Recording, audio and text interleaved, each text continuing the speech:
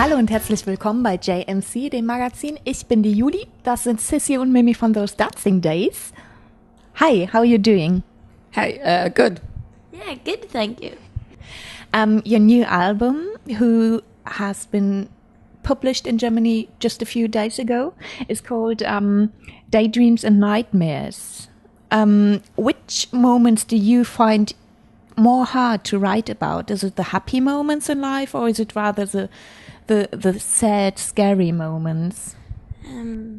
I think it's easiest to write when you have like a really strong feeling, and most of the time, like when you like feel like so super excited about life and everything's just great.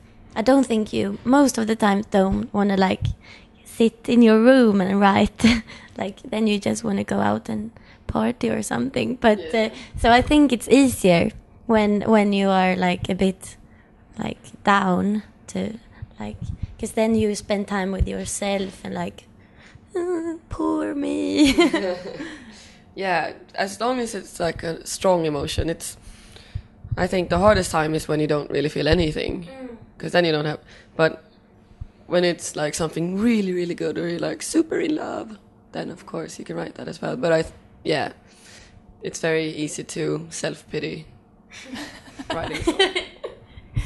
I once heard that it's really hard to write about happy moments without making them sound cheesy. Would you agree? Because when listening to your music, you get the impression that everything is fine and everything is wonderful. I think our music is more happy than the lyrics actually are. So, but we don't want to make people sad. We want people like to make people happy. When talking about dreams, daydreams, what would you say was the happiest moment in your band history so far? I think it was because when we started off, we didn't really have a vision where we wanted to go, how far we would go. Because like our first dream was to get a show in town in Stockholm. And then that happened. And then like you just create small dreams along the way. But when we had Stuart Murdoch on stage from Bell and Sebastian in December, and he sang with us on a song. I guess that was one of the highlights. Yeah. And like you remember a few like really good moments. I remember first time we played outside Stockholm. Yeah. And it was in Malmö, South Sweden, and we supported Johnossi, and it was so fun, and and we were only like 18 and 17 and 16 by then, so it was like, and I had always had this like dream about touring, but on the way home I was like almost started to cry because I was like, what if this is my last tour? Like, and it was one show, it wasn't a tour.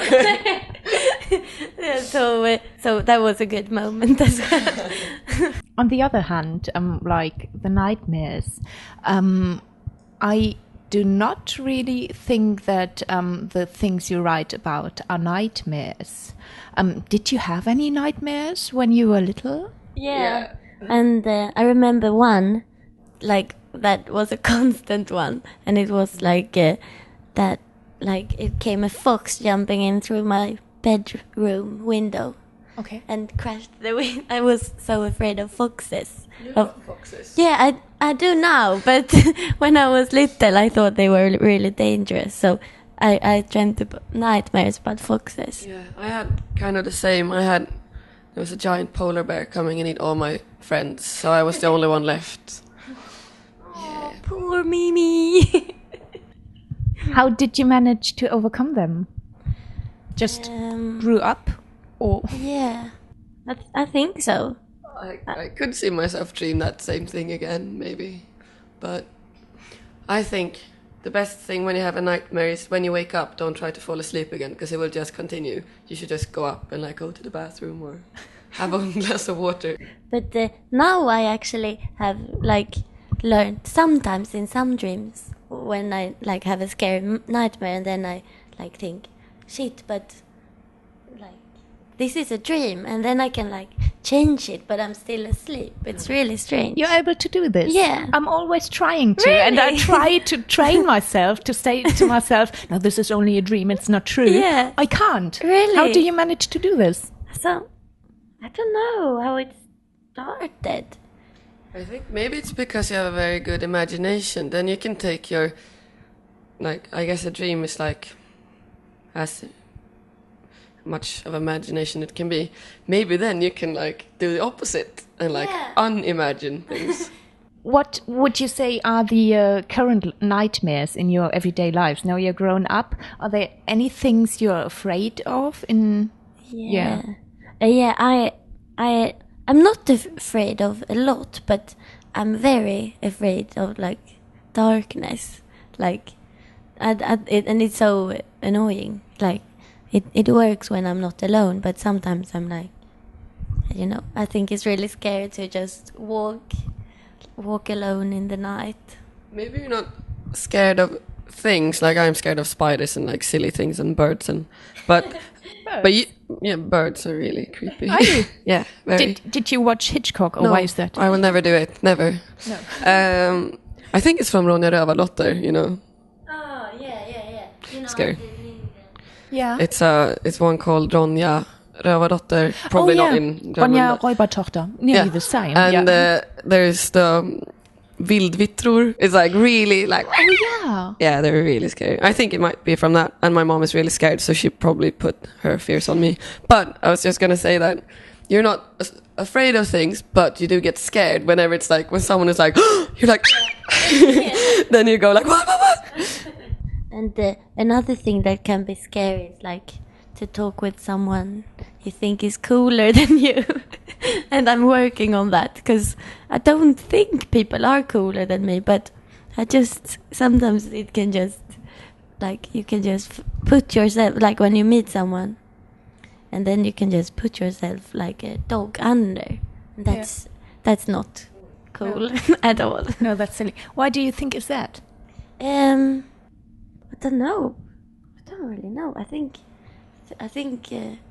maybe everyone has a few of those kind of people that you get a bit scared of in some way. Yeah, I know it. I do. And you're not able to come out of that. Once you put yourself underneath someone else, you're not able to get on the same level. No, because in your head, yeah. Would you describe yourselves as daydreamers? Oh yes. Also, like, well, that's pretty much the only thing we do all day, sitting in the van. we travel so much, and like I can't read in the car because then I feel sick, and so it's like I just sit there and dream about things. Do you also do that when you're alone? Yeah. I daydream all the time. I think it's important because if you don't have dreams, you won't do anything. Like, it's the dreams that keep you going, I think. I really like seeing people walking in the streets, and you know that they are currently daydreaming, and you see the small smiles on their faces. Do you know that? Yeah. When do you think is the point between daydreaming and being crazy? When you start to talk to yourself. I thought before it was a sign of being crazy, but when I moved out living on my own, not that I'm talking to myself. No, I feel a bit crazy sometimes. Like, because I think I have a bit too wild imagination. So, like, when we were in England on tour last time, we had single rooms, and I don't know, I think it was because I was so tired, and then I heard someone, it was like you could really hear through the walls, and then I heard someone like on the floor, and I was like, it's a dinosaur. It is a dinosaur. And then I was like, Cissi, it's stupid. There are no dinosaurs. But I was convinced. But I think I was like that before as well, before I started to live on my own, because you're not used to being alone, at nighttime. So before I thought my neighbors were killing each other every night, but then I got to know them, and they were just a very sweet couple, but whenever they walked on the floor, I was like, they're gonna die. Some of them are gonna die. You're like, no, they're not. Like, if they talk, couples do talk to each other. They don't say, I'm gonna kill you. But are dinosaurs in the hotel room next door something you would write about as well? I guess so. Yeah. Maybe that's next song. I'll be looking out for that. Yeah. One last question. When your album is called Daydreams and Nightmares, and if I wanted to be a bit mean, when it comes to your song I Know Where You Live, Part 2, I would be a bit scared if a boy was singing things like that about me. I won't stop until you're mine. What do you say? Yes, it is a bit scary, but I think it's quite normal as well. Like the thought, like, I have to make you mine to get you off my mind. It's like, I think many people, it's more the hunt than the actual getting the, like, when you get it, you can be like, whatever. But it's like coming to the, it's not just about people, it's about everything. So I think it's a maybe scary but normal way of thinking to defend. So I think we're still all normal, not crazy yet. Yes. Not yet. I thank you very, very much for this interview and for your time. Thank you. Thank you. Das war's für dieses Mal von JMC mit der Juli und Mimmi und Cissi von Those Dancing Days. Ciao.